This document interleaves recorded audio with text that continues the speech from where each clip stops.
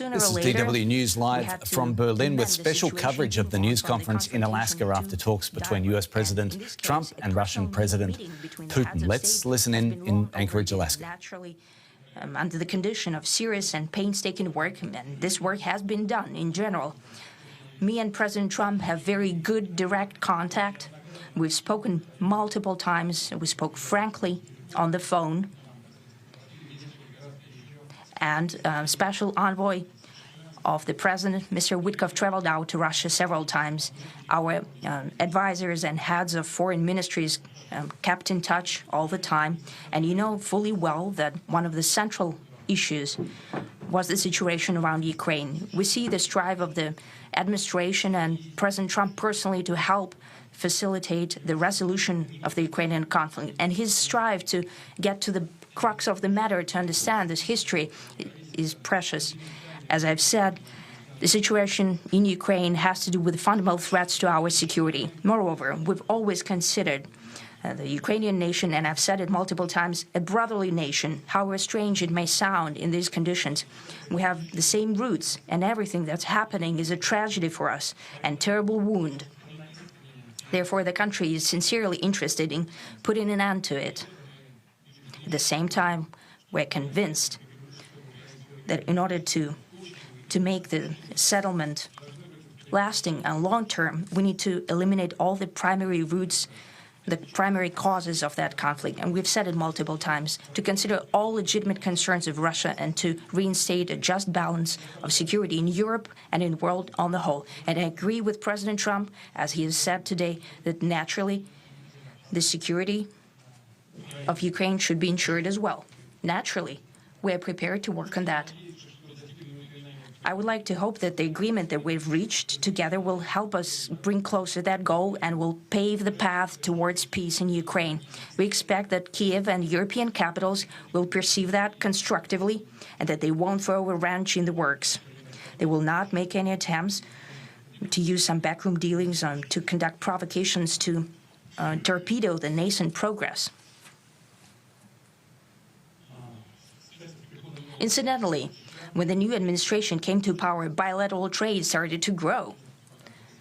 It's still very symbolic. Still, we have a growth of 20%. As I've said, we have a lot of dimensions for joint work. It is clear that the U.S. and Russian investment and business cooperation has tremendous potential. Russia and the U.S. can offer each other so much in trade, digital, high-tech, and in space exploration. We see that Arctic cooperation is also very possible, and our international context, for example, between the Far East of Russia and the West Coast of the U.S. Overall, it's very important for our countries to turn the page, to go back to cooperation. It is symbolic that not far away from here, at the border between Russia and the U.S., there was a so-called international date line. I think you can step over, literally, from yesterday into tomorrow. And I hope that we'll succeed in that, in political sphere. I would like to thank President Trump for our joint work, for the well-wishing and trustworthy tone of our conversation. It's important that both sides are result-oriented, and we see that the President of the U.S. has a very clear idea of what he would like to achieve. He sincerely cares about prosperity of his nation. Still, he understands that Russia has its own national interests. I expect that today's agreements will be the starting point, not only for the solution of the Ukrainian issue, but also will help us bring back business-like and pragmatic relations between Russia and the U.S. And in the end, I would like to add one more thing. I'd like to remind you that in 2022, during the last contact with the previous administration, I tried to convince my previous American colleague that the situation should not be brought to the point of no return when it would come to hostilities. And I said it quite directly back then, that it's a big mistake. Today, when President Trump saying that if he was the president back then, there will be no war. And I'm quite sure that it would indeed be so. I can confirm that. I think that overall, me and President Trump have built a very good, businesslike, and trustworthy contact. And I have every reason to believe that moving down this path, we can come, and the sooner the better, to the end of the conflict in Ukraine. Thank you. Thank you.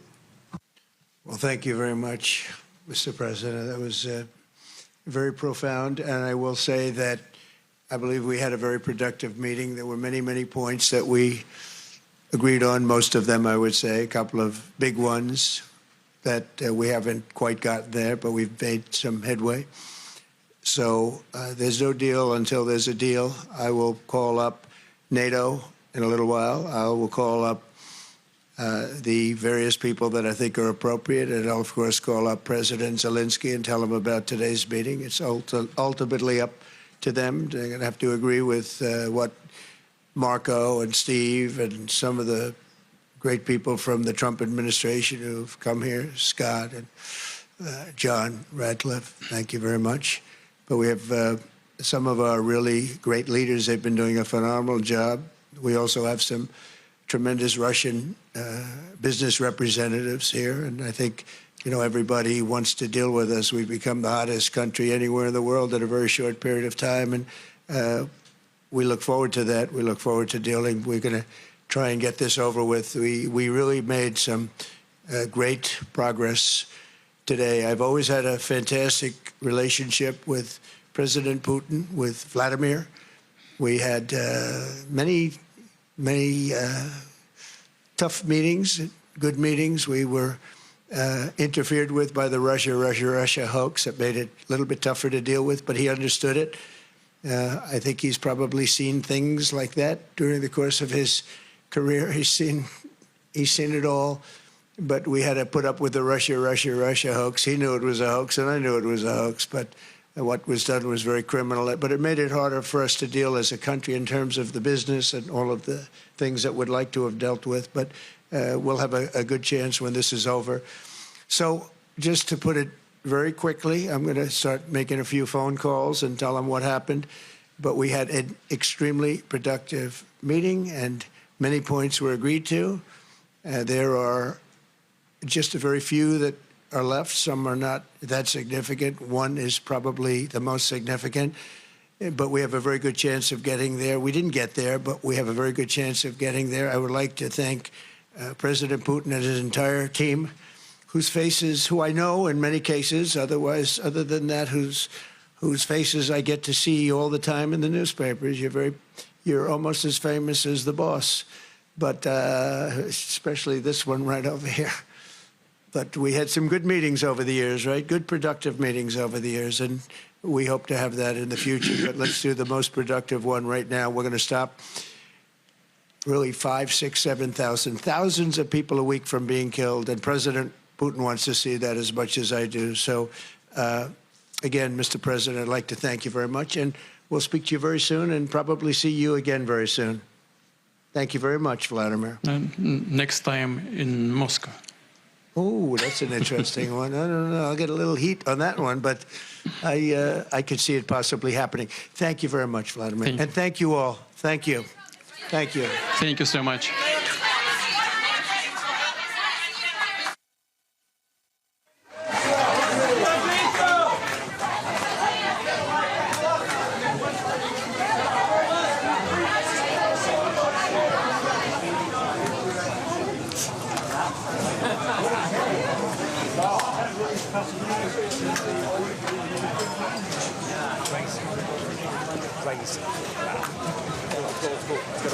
From Anchorage in Alaska, Donald Trump and Vladimir Putin exiting without taking any questions. I have some for our chief international editor, Richard Walker. What did you make of that? What did you make of that? Okay. Yeah, so very kind of vague and mushy. Yeah. So interesting that Putin spoke first. You know, it's usual that you would have the host speaking first in a context like that. And Putin talking at the beginning a lot of sort of history of Alaska, which we know, used to be Russian. It was sold to the Americans in the 19th century. And then talking about a constructive, very good meeting. And and kind of getting to the point of Ukraine at some point and just saying that, we face multiple threats to our security, that we need to reestablish balanced security in Europe, and that President Trump agrees with that. But no talk about, what was discussed about today was like, is there going to be a ceasefire of some sort? But sort of implying that they had agreed about some of the broad points, but not about specifics, and saying, we hope that Ukraine and Europe will respond constructively and will not try and throw a spanner in the works. And I think a lot of European ears will have pricked up at that, thinking, OK, there's something in this that we're not going to like. And then when it got to Donald Trump, also very sort of vague, saying that, we agreed on a lot of things, but we didn't agree on everything, and there's no deal until there's a deal. And I think at one point saying that, we've had many points of agreement, not everything, and there's one big one that we didn't agree on. So, and he didn't kind of talking in riddles. He didn't specifically say that he agreed. That's when he started mentioning his team, which is a bit off script for Trump, that he started paying tribute to Rubio and Witkoff and the rest of the delegation, not saying specifically that he was on board. So, I mean, if we're thinking about the kind of conversation that we were having before this, like what are the range of potential outcomes? Well, the outcome of this seems to be we liked our talks, we'll have more talks. But, I mean, the messaging coming from Vladimir Putin that he seems to think that he's got Trump on board to his view of what needs to be sorted out in European security, that can be very alarming for a lot of Europeans. It can be very alarming in Ukraine, I think. Yeah, the European leaders are expecting a phone call, according to what Trump has said. They're going to be mighty on edge, I would have thought, having heard all of that. I think after this press conference, and then the added fact that there were no questions, because, of course, the first question is, OK, ceasefire, yes or no? I mean, Trump went into this, on Air Force One saying that he wants to see a ceasefire. He'll be disappointed if there's no ceasefire. Well, if there had been an agreement about a ceasefire, they would have said so. Yeah? You've been in this game a long time. Just to dwell on that for a second, how unusual is that, especially for Trump, to leave without taking questions? That's usually his time to shine, so he thinks. Yeah, I mean, certainly Trump loves taking a lot of questions from the press. This will have been agreed between the two of them. But, yeah, I mean, in any situation, in any press conference, if no questions are taken from leaders where you would usually get questions, where the leaders who would usually accept questions, it usually means that they are awkward questions which they don't feel ready to answer. And I think that is obviously the case in this case. We do a lot of interpreting body language. What did you make of Trump's posture in that room? I have to admit, Anthony, I was like looking at my notes the whole time and listening rather than looking so much. What did you see? I saw a man quite uncomfortable at this moment, especially those words from Putin, as you say, the phone calls that he's going to make to European leaders. Putin's words were the European capitals should not throw a wrench into these efforts for peace. And I mean, I'm sorry, but that is a key line because that suggests that Putin feels that they've found agreement about something that the Europeans are not going to like. And, well, what could that be? Well, the Europeans and the Ukrainians, of course, they're mostly invested in thinking Ukraine needs to remain, a sovereign state that can make its own decisions about its future, that is not going to get dominated by Russia, that Europe has,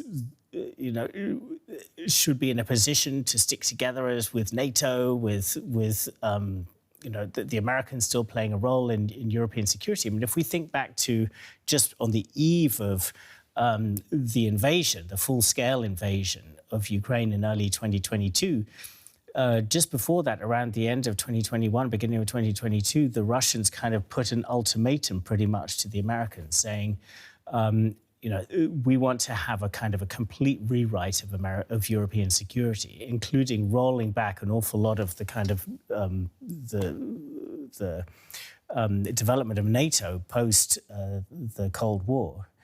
I mean, this is what Putin thinks of when he thinks of how he would like European security to be. He doesn't really like the idea of the expanded NATO. He would like to see, weapons systems taken out of all of the eastern members of NATO. That's the kind of thing that he's after. And how do you think that goes down in Europe? Of course, in Europe, that's a complete non-starter. But, I mean, the Europeans have spent this past several months trying to kind of really hug Trump close and say to Trump, look, we're going to step up on our own security. We accept that you think that we've been free riders for all of these decades. We're going to spend more on defence. You remember the NATO summit recently even say we're going to spend 5% of our GDP on defence, more than doubling the previous level. A trade deal which was pretty unfavourable to the Europeans. OK, we'll suck it up. We want to keep you friendly. A lot of this was about keeping America interested in European security because of the threat posed by that man. Yeah. And now with this very friendly summit and with a press conference which, by everything that was not said, suggests that there's no ceasefire proposal on the table, and that the things that were discussed are things that are going to make the Europeans feel uncomfortable. I think there's going to be jitters out there.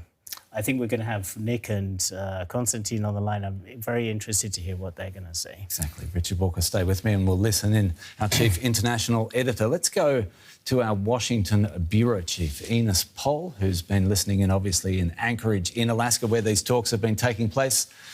Ines, an historic moment for sure. What did we learn? I mean, I just want to pick up what Richard was talking about at the very end. I mean, Putin wants to weaken the transatlantic relationship. He wants to weaken NATO. And you could really see and feel and hear how uncomfortable Donald Trump is feeling in this situation. He wants to be the boss. He wants to be the deal maker, but he cannot kind of dictate the outcome of what Vladimir Putin will be agreeing on. He's kind of torn between the Europeans. As Richard said, they are hugging him. They were so friendly with him. Even the King of England was hosting a dinner for him in the palace, which of course Donald Trump liked a lot, but he can't really moving forward. And I found it really interesting how Vladimir Putin kind of described these talks. He of course referred to the history and that Alaska used to be Russian and how important the bilateral relationship is and has been, and that it's getting better and better. And at the very end, he even dared to invite Donald Trump to Moscow, and Donald Trump wasn't able really to say, no, I'm definitely not coming to this country as long as this war is going on. So Donald Trump really doesn't get out of this, at least from an American perspective, as a deal maker, as the one who was able to negotiate at least some kind of a ceasefire. Nothing, zero, nothing is on the table, only that Vladimir Putin was hosted with a red carpet in an American military base in Alaska. So there's one winner, and the name is, of course, Vladimir Putin, and there are a couple of losers. One is, of course, Ukraine, because there is no deal, kind of no positive outcome for them today. And I would say, I would go so far that also Donald Trump doesn't come across as someone who really accomplished what he wanted to accomplish with this meeting. Yeah, he famously wants to take away something from big moments like these. Do you interpret anything that he really can hang on to, leaving that room today and say, this is what I've got?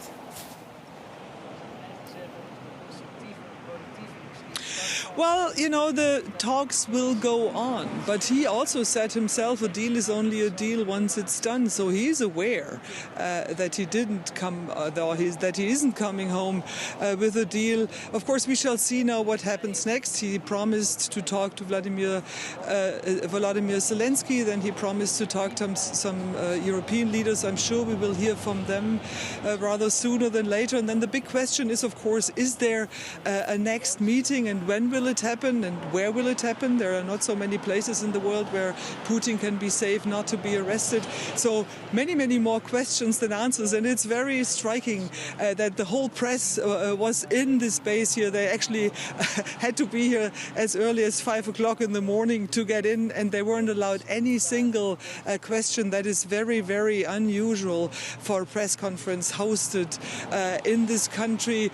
And it tells you that they don't have any answers for the most crucial questions the world had regarding the outcome of this summit. DW Washington Bureau Chief Ines Pohl in Anchorage, Alaska. We'll leave it there for now. Thanks so much. Our DW correspondent Nick Connolly is following this for us from the Ukrainian capital, Kyiv. Nick, you were listening in. What did you make of that? I think from a Ukrainian perspective, that was to be expected. Essentially, they have nothing to show for their efforts. We had Putin looking very happy with himself for the fact that he'd got there, that he'd got the red carpet treatment.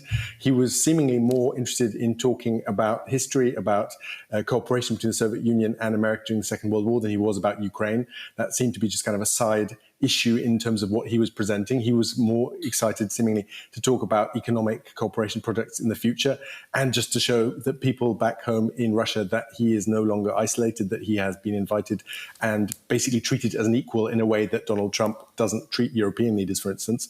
I think there is a lot of skepticism that anything at all was achieved here in Ukraine. People are convinced that Vladimir Putin still wants to take a whole lot more territory here in Ukraine. And he thinks right now that he's on a roll, that his troops are winning in spite of huge losses. And so the expectation here is that he's going to basically play for time, make sure not to offend Trump, to give Trump enough praise, to engage with him, but in terms of the real kind of facts on the ground, actually change nothing.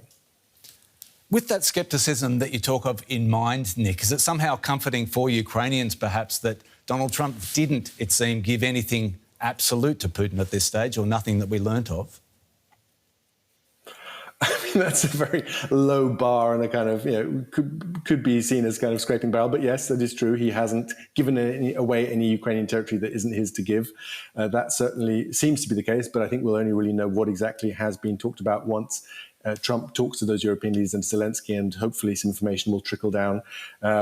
I think there is also, it is important to say that the fact that Trump has refused to give Ukraine new aid has forced Ukraine to reorientate itself towards European countries and basically to build more resilience and to basically prepare, since he got into office, for a full kind of turning off of all the American taps and even potentially stuff that was agreed under Biden not arriving, intelligence sharing being switched off permanently. It is not a scenario that anyone here wants to deal with. They don't want the full break with Trump. They are trying to avoid the kind of bust-up they had in the Oval Office a couple of months ago. But it is a realistic scenario, and they are very aware that now in this kind of blame game that seems to be about to hit them, who is to blame for the fact that Trump hasn't been able to sign off on some deal. They are very aware that potentially they are going to be on the losing side of that, and they were going to face more opprobrium from Donald Trump. Yeah, Vladimir Putin did seem to try and preempt that blame game by saying that it's up to European capitals now that they should not throw a wrench into these efforts for peace. What did you make of that line from President Putin? Well, certainly all since Donald Trump got back into the White House, you've seen Russian state media and the kind of Russian government-adjacent pundits trying to kind of redefine kind of Russia's position in all this, saying that America actually is our historic ally, that America's interests aren't in Ukraine, aren't in Europe, and actually it's the Europeans that are manipulating America to kind of get into conflict with Russia. I think that is kind of a line that is consistent with that. But I think it is the case that we've seen the Europeans now over the last few weeks aware of what Trump could do in Alaska at this summit, trying to build up a really consistent line, trying to also work on the messaging to make sure that individual European leaders repeat each other, they stay consistent in one line, they also don't get too wordy, that they keep it short to keep Donald Trump's interest. And I guess they're hoping that some of the stuff that they transmitted to Trump during that video call a couple of days ago, that actually stuck in his mind while he was in the room with Putin. Nick, to wrap it up, if I asked you to sum up what we got today, what we learnt, what was it? Not much. We learned that Vladimir Putin is very happy to be invited and to be invited even into Donald Trump's limousine. That's about it. Donald Trump looked quite forlorn. He didn't look as kind of ebullient as he would normally do. He's also someone who, as we know, likes talking to the press. So the fact that he just kind of disappeared off that stage with a wave seemed uncharacteristic. I think from a Ukrainian perspective, it could have been a whole lot worse. And I think it just shows that the expectations around this summit, it just shows how much the outside world wants this war to be over, wants a quick solution, whatever it means. But the reality is Putin still thinks he can take more territory, and also Ukraine is not willing to sign away its sovereignty. DW correspondent Nick Connolly in Kyiv. Thanks so much. Right, our chief international editor, Richard Walker, is back here in Berlin with me. You've been listening into all of that. What did you you take from the words of Nick? Yeah, I mean, I think, obviously been talking to Nick before this press conference as well. And, that's the impression that you get from the Ukrainians is that, their expectations, and no wonder after 3.5 years of this, are always going to be very low. But yeah, I mean, just kind of reflecting on this press conference again, I mean, it was very striking just how, Donald Trump was hosting this. Donald Trump, made the show of this. It's at a U.S. air base. There was the flyover with the B-2 bomber just before they shook hands there. There was Donald Trump clapping as Vladimir Putin approached him on the carpet. And yet in that press conference, it was Vladimir Putin who spoke first. It was Vladimir Putin who spoke much longer. And it felt like, somehow by that point he was dominating. And you made the contrast against that famous meeting with Zelensky in the Oval Office. Yeah. And then what we saw today, Putin was very much the alpha in the room, and then tagging the end of the press conference with the invite to Moscow. Saying that in English as well, and Trump obviously slightly wrong-footed by that, thinking what kind of trouble he would get to. But yeah, somehow, Trump is such an alpha beast. He's the world's greatest sort of alpha beast. And somehow, and obviously Putin's a physically smaller person, much more softly spoken, but it really did feel by the end, he had much more to say. And I mean, he was dishing out some of the flattery. He was doing the sort of thing that the alpha person in a relationship would say. I mean, for instance, saying towards the end of his comments, I tried to, as the previous war approached, I tried to convince my previous American colleague that the situation should not be brought to the point of no return. I told him that would be a big mistake. As if it was Biden who started the war, and then saying, and this is the kind of golden line, I can confirm that this war would not have happened if Donald Trump had been president. So, and this is something that Trump says the whole time. So, Putin kind of putting on the flattery, dominating that press conference. So many of these pressure points that he hits, or this really well-guided misdirection. Yeah. Flattery of Trump. Yeah. And then Trump, at the beginning of his comments, just after that, said, Vladimir, that was very profound. Thank you. I mean, I think it's hard to leave with any impression other than that Putin seems to have the upper hand out of this situation. Of course, we're going to learn more out of whatever it is that they say they have some kind of agreement on. Is there, some sort of a ceasefire in there? Is there some sort of like a framework for, okay, this is how we approach how we would potentially end this war? But, going back again to this ominous comment about, we hope that Ukraine and Europe will respond constructively and will not try and throw a wrench into the works. I mean, that does suggest that there are things that are going to breach the principles that the Ukrainians and the Europeans have tried to peg their whole position on ever since this war started, which is that Ukraine should be an independent country. It should, its borders should be inviolable. It should be able to decide with whom it organizes its own security. I think the implication there is that some of whatever common understanding they appear to have would go against that. One thing that stood out to me as well, in standing in front of the flags, Putin and Trump, and he referenced that he would then now make phone calls to the European leaders and Zelensky. So after this carefully staged-managed event, all the bells, all the whistles, and now he's going to get Ukraine on the phone. It seemed to stand out in that context that now comes Ukraine into the conversation. Yeah, I mean, it had been left somewhat ambiguous about whether he would be speaking to the Ukrainians before this press conference or after. But yeah, I mean, judging from what he's saying, it's going to be afterwards. So yeah, I mean, obviously we're going to be hopefully finding out this weekend, what the Ukrainians are learning. But yeah, it does have this kind of sense of it. Of course, Trump saying, it's up to them to decide and there's no deal until there's a deal. So not suggesting that he's going to impose something, but it really does have this feeling of a kind of an imperial era stitch up of like, okay, we're the two big men, we decide, what should happen. And okay, we bring it to the children, present it to them. And if they don't like it, then it's their fault. Now the phone calls to the European leaders. Unfair question to even ask what you think might be in those phone calls, but if you were to take an educated guess? Yeah, I'm afraid it's all too much of a blur. We just don't know. But I do have a feeling that if there had been some, Trump went into this saying that he wanted at least a ceasefire, beyond which you then start to talk about what would be a post-war settlement. And I think, the assumption is that if there really had been a clear offer of a ceasefire from Putin, we would have heard it in that press conference, and we didn't hear that.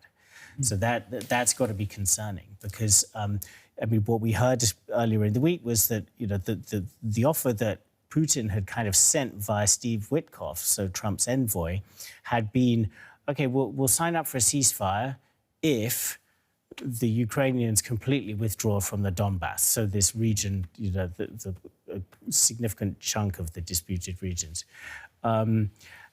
So blurring the lines of, OK, first that, then ceasefire. And it suggests a little bit, OK, maybe that's the order that they're thinking about. That's going to be a big problem for the Ukrainians. There's a lot of talking. I'm not sure what we learnt. We'll discuss it as the time ticks away. Chief International Editor Richard Walker, thanks so much.